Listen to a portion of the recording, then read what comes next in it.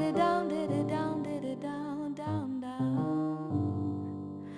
Down, diddy down, diddy down, diddy down, down, down. Are you Hey there everybody, and welcome back. So a lot of folks have been asking me since my last P3D video, what are my specific settings inside of the sim, and how do I get my game to look the way that it does, as well as perform the way that it does. Now, the first thing that I'd say is that the settings that work for me may not work for you. As you guys know, FSX and P3D are oddly kind of system exclusive.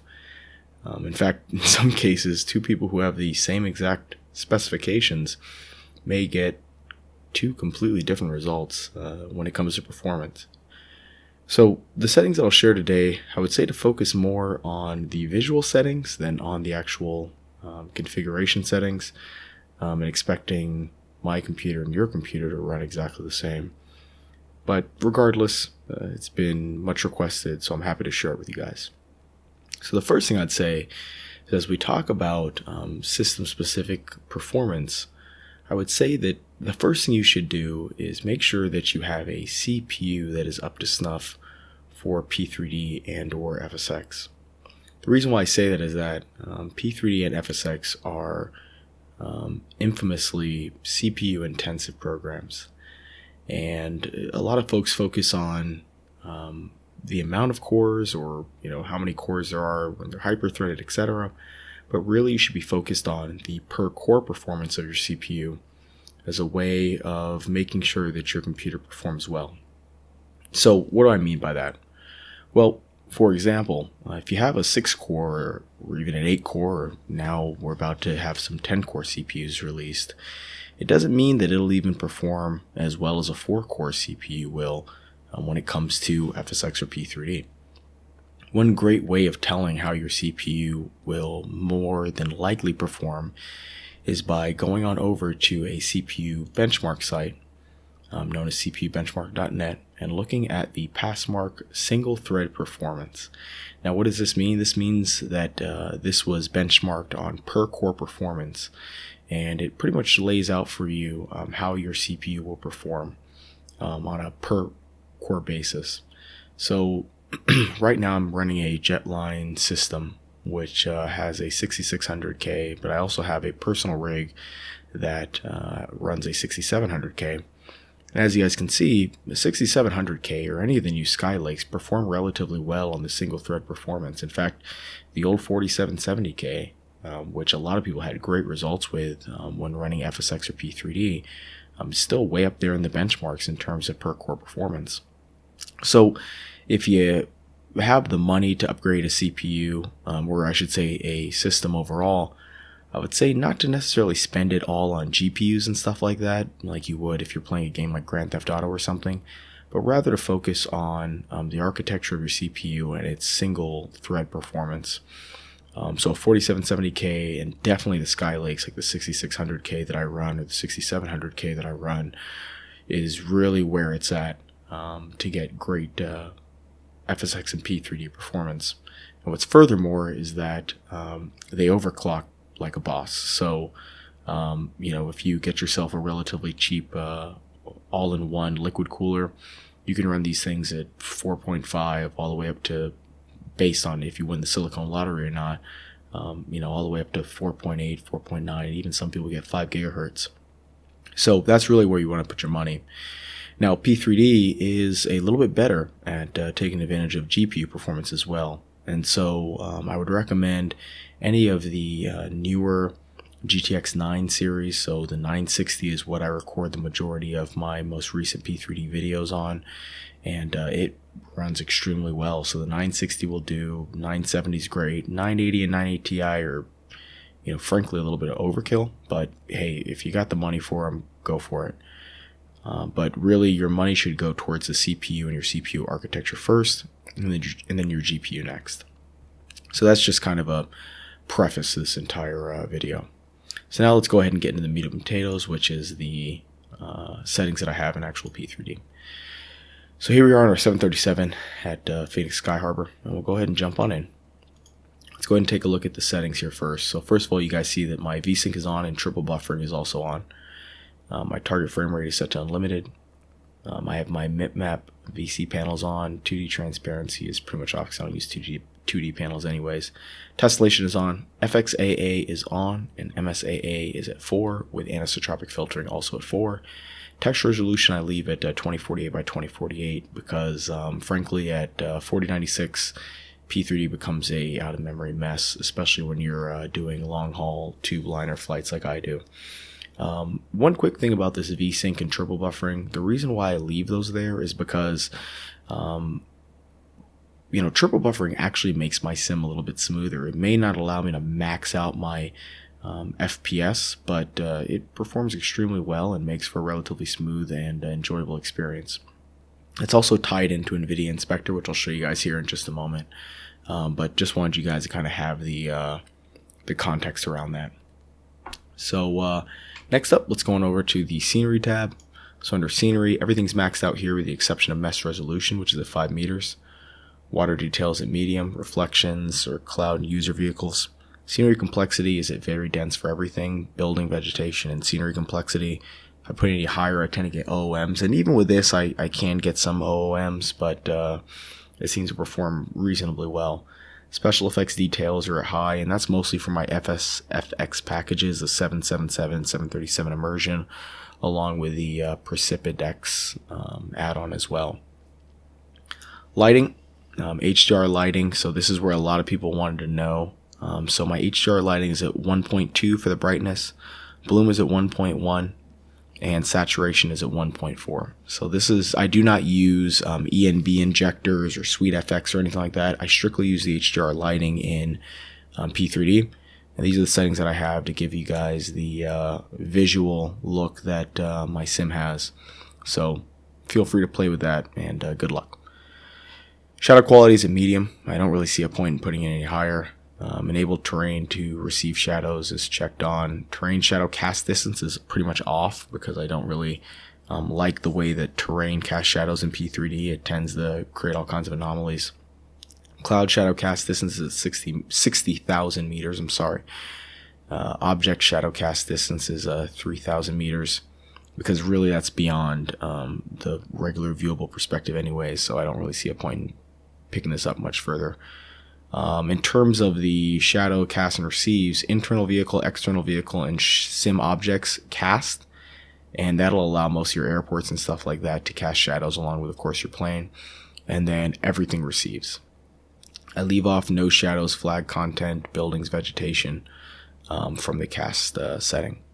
Dynamic reflections I leave off. It's a cool feature, but it tends to eat up frame rates, at least for me. I know some people have varying results. Landing lights illuminate ground is on and lens flare is on. Alright, so weather. Cloud draw distance doesn't really matter, but I have it at 80. And the reason why I say it doesn't really matter is because I set this in active sky next anyways.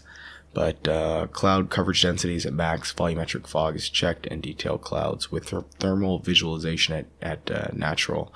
And for those of you guys who don't know, between natural and schematic basically gives you like these little swirly looking animations that show you where thermals are. For example, if you're flying a glider or something, and natural just basically injects like birds into the sim, and as with a real glider pilot, a lot of times they look at hawks or eagles that are soaring, or vultures who are soaring on the thermals as a reference point of where good thermals are. So I leave it at natural. And then disable turbulence and rate at which weather changes over time is set off. Traffic is 60 for airline traffic density. With my traffic package, that's what makes it look as full as it does. General aviation is at 20, airport vehicle density is at high. I leave off my vehicle labels because I don't really like seeing little red boxes around my AI. Road vehicles I never really pay attention to, so I leave that to off, and they really can eat up frame rates. Ships and ferries and leisure boats are both at 20. And that is pretty much it. The rest of it doesn't really matter in terms of visual fidelity. So let's go ahead and jump on over to Rex, and I'll show you guys what my Rex settings look like. Now, the first thing I'd say is that when you go into the configuration options, you guys will notice that everything here is unchecked with the exception of my clouds. And that's because I do not use Rex for anything else but just for clouds. I keep the default P3D water, which I think looks great, without bathymetry. And I just use high level, low level, and lightning. Everything else is unchecked. And I'll show you guys what my sky textures look like in just a minute here. But if you guys want to see what my texture set is, it's pretty much this. So if you guys want, you guys can just go on over to weather and community, and then just search JKS, like Jordan Kings. And this is my set right here that I uploaded. I've uploaded a bunch over time, but this is the set that I use right now. And basically all it is set 30 for soft clouds. Yeah, modify. All right, so I use this set right here, set 30. And then I use set 18, which is the wispy cirrus for the high level cloud. So this one right here, set 16. So those are pretty much my rec settings. And then, you know, your lightning you can set to whatever you want. I like vivid, but you know, feel free to use whichever set you like. And that's pretty much my rec settings. The only other thing I'd show you here is that I use 512 for low level clouds, and then everything else is set to 1024. And then for low level, high, mid level clouds, I use DXT5 instead of 32. It gives you better performance and honestly looks just as good. And then of course I don't even use wave animation, so that is what it is. And then DirectX, I should actually set all these to DirectX 11. All right, great. And then I normally enable P3D HDR settings, but I don't have them checked right now because I was switching between Steam Edition and P3D. But yeah, this should be checked. DirectX 11, DirectX 10, DirectX 11. And and the last thing, on the latest Rex build, they allow you to change the sizing algorithm of the cloud sizes. Because P3D did something weird with the latest 3.2 patch that has kind of messed up the way the Active Sky Next and Rex interfaces. You want to set these back to 0.5 if you want to keep your same performance, but I know that you know, some folks may like bigger clouds. It just basically makes the clouds bigger and more volumetric looking, but it's at the expense of performance, so you can play with this as you like. All right, so those are my P3D settings. And yes, I want to back that up. That's fine. All right, and then next up, we'll look at Active Sky Next. So Active Sky Next, there's really nothing here that's crazy. I suppress local weather changes. So if you start at default, these are the changes you'll I guess I should say these are the changes that pertain to my sim. So suppress local weather changes is checked. Cloud options, maximum cloud draw distance is at 80. I'm sorry, minimum is at 80. Maximum is at 100. Before it's broken, I leave that checked off. Enhance overcast conditions is on. All that's the same. High detail, thunderstorm clouds are on. So in the visibility, multiple visibility layers in the latest ASN patch, they allow you to change this in P3D. I leave this off. So basically all this does is that it creates not only a surface haze, but also a cruise level altitude haze by creating multiple haze visibility layers. The problem is that it tends to hit performance relatively hard, so it's not really a big deal to me, so I leave this checked off. But you know, if you'd like to use it, go ahead and use it. And other than that, those are really the only things that I changed in Active Sky. So yes, I want to shut this down. And then the last thing that I'd show you guys is, or the last two things I should say, is the sky textures that I use. So the sky textures that I use are this right here. They're called Navid's Sky Texture Set 2016. And it's just an outstanding set of sky textures. So as you guys saw, I don't use the Rex sky textures. I use these ones, and just look at the screenshots. They speak for themselves. So if you guys looked at my most recent P3D video, you guys would see that the sky looks amazing, and it's because of this. So I use this. I'll make sure that I leave the link for this down in the description below, but basically you just download it. It's a texture file, and you just drag and drop it into your P3D texture folder and overwrite everything after you back it up, of course. And boom, you get some amazing looking sky textures. I mean, this is an amazing looking sky set. And the one last thing I'll show you guys are my NVIDIA Inspector. So if I go to NVIDIA Inspector here,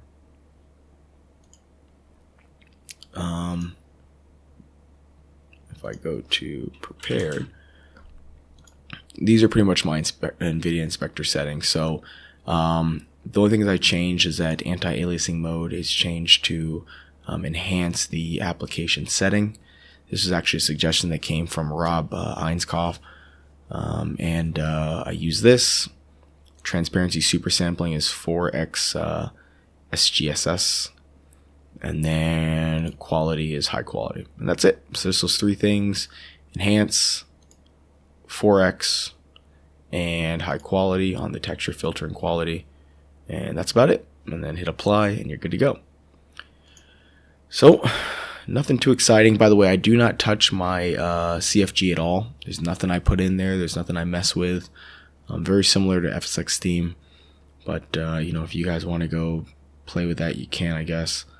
But I don't touch those at all. And yeah, those are my settings. So I'm sorry it took me a little while to upload this video, but hopefully those are helpful to you guys. And I know a lot of people were interested in the NVIDIA Inspector settings and the HDR settings. So hope they work out well for you guys like they do for me. All right, with that, I will be dropping a video very soon. So look forward to seeing you guys very soon here. And everybody take care.